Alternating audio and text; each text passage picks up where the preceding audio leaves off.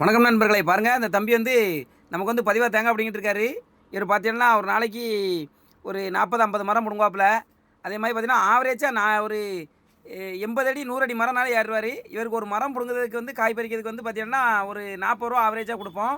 பார்த்தீங்கன்னா நம்ம பறிக்க லீவ் அன்னைக்கு நம்ம அதை கூப்பிட்டு இவங்களை பறிக்க போகும்போது இந்த தேங்காயை அள்ளி போட்டு நாமளே கொண்டு போட்டு அதை உரிச்சு விற்கும்போது நமக்கு கொஞ்சம் லாபமாக இருக்கும்.